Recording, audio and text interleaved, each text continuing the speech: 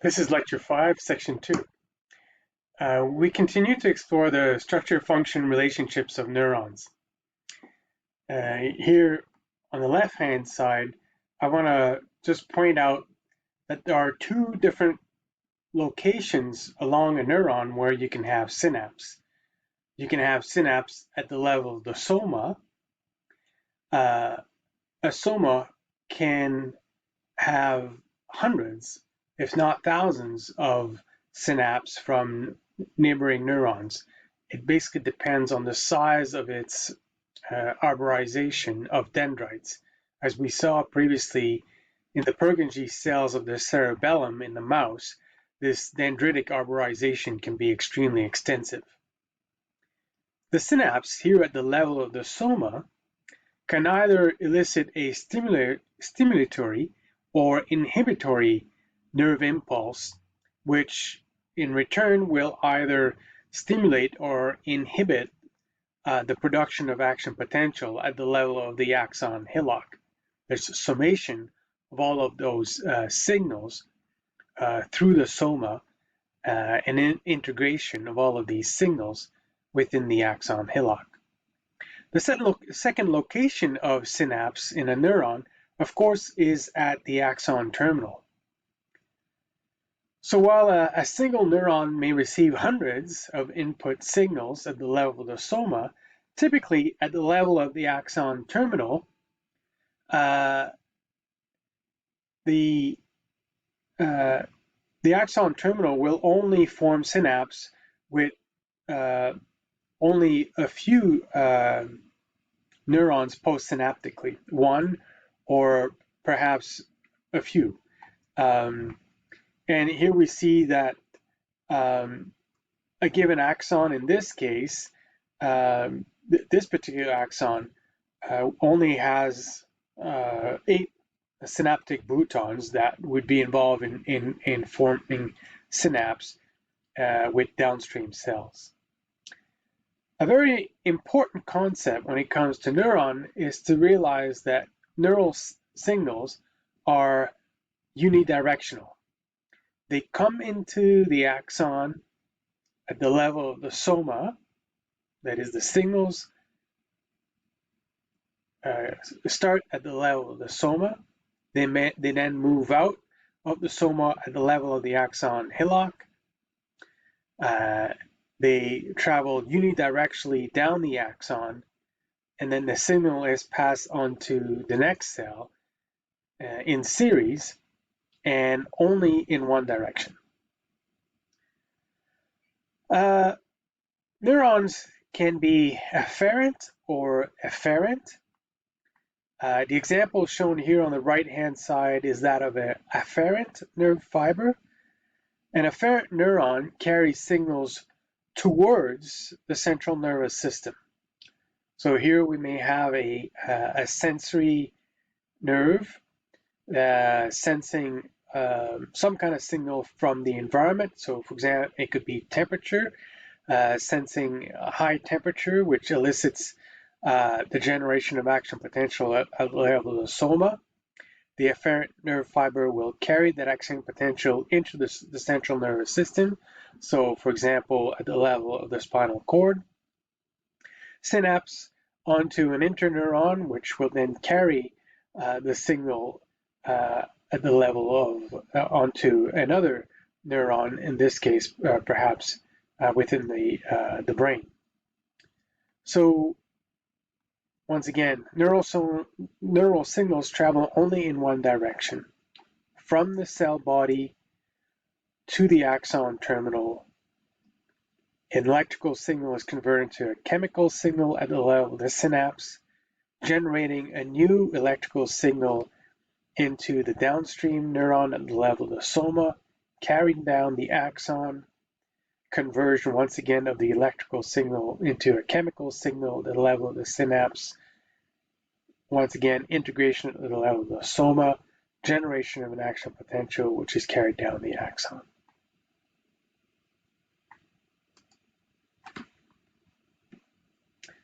Let's focus specifically on the synapse that is found between neurons and muscle cells. That synapse is called the neuromuscular junction. And it's a great model for understanding how chemical synapses work. So I'm just going to give you a brief introduction to how this works, and we'll come back to that, of course, when we talk later on about muscles and how they're innervated. So here, an action potential travels down the axon and reaches the nerve terminal. Once the action potential reaches the nerve terminal, it causes depolarization of the plasma membrane within the nerve terminal. Depolarization of the plasma membrane causes the opening of calcium channels in the presynaptic terminal. Opening of the calcium channel results in calcium entering the presynaptic terminal down its electrochemical gradient. You'll remember that calcium is much higher concentration outside the cell than inside the cell. So this will cause a very rapid change in intracellular calcium in the presynaptic terminal. This large increase in calcium will elicit the release of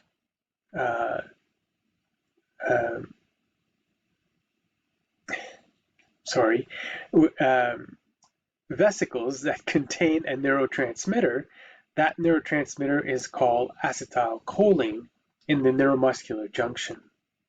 So here we see these vesicles docking with the membrane of the presynaptic terminal and releasing their content in the synapse, in the space between the neuron and the neighboring plasma membrane of the muscle cells.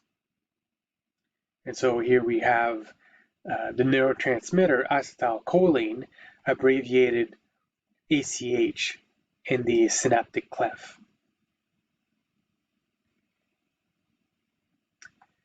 The receptor for acetylcholine is located here on the plasma membrane of the muscle cell, is a ligand-gated sodium channel. It's ligand-gated because the gates for sodium only open if acetylcholine binds to it. So acetylcholine is the ligand, which needs to bind to its receptor, and its receptor is actually a sodium channel, which opens in the presence of acetylcholine in the binding pocket. So opening of the sodium channel elicits the generation of an action potential in the cytoplasm of the muscle cell.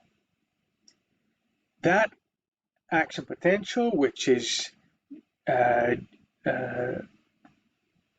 generated in the vicinity of the acetylcholine receptor, needs to be propagated throughout the muscle cell in order for the muscle cell eventually to contract.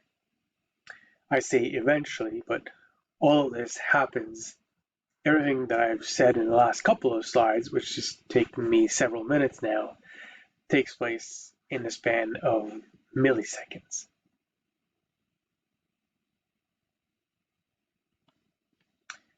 Okay, now in this slide, I just want to briefly introduce glial cells. Glial cells are make up most of neural cells in both the central nervous system and the peripheral nervous system. In fact, in the human brain, there is 10 times more glial cells than neurons. And they make up about half of the volume of the brain. So they're pretty important. They're much smaller than neurons, about 10 times smaller on average, but very abundant. And they play a variety of different functions. But in general, those functions are all supporting functions. They're all supporting cells. They provide both physical and metabolic support to neurons. They're said to be supporting cells because they do not generate action potentials. Only neurons generate action potential. All glial cells play various supporting function for neurons. So there are four types of glial cells, four main types, which are listed here. The Schwann cells are found in the peripheral nervous system. They form myelin sheet that wraps itself around the axon of peripheral nerves, insulating the nerves, the axon of these peripheral nerves, and ensuring that the action potential can travel down the axon rapidly and without being lost. So they play a major supporting role for conduction of action potential down axons.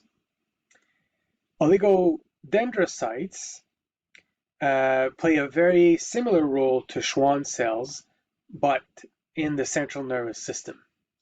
So Schwann cells are found in the peripheral nervous system. Oligodendrocytes play a similar role, but in the central nervous system. They form myelin around the axons of neurons in the central nervous system. Myelin forms, once again, multiple layers that wraps themselves around the axons of nerves, improving conduction along the axon. Astrocytes are involved in transporting nutrients from capillaries, as shown here, to neighboring neurons. So they pick up nutrients from the capillary and deliver them to axons. They remove debris from the central nervous system, and they also regulate neurotransmitter levels. So by regulating neurotransmitter levels, what is meant is that they essentially mop up excess neurotransmitter from synaptic clefts and recycle those neurotransmitters back to the neurons. Finally, we have microglia, the smallest of the glial cells, which also remove debris and dead cells from the central nervous system, but also play an important role in the immune response within the central nervous system.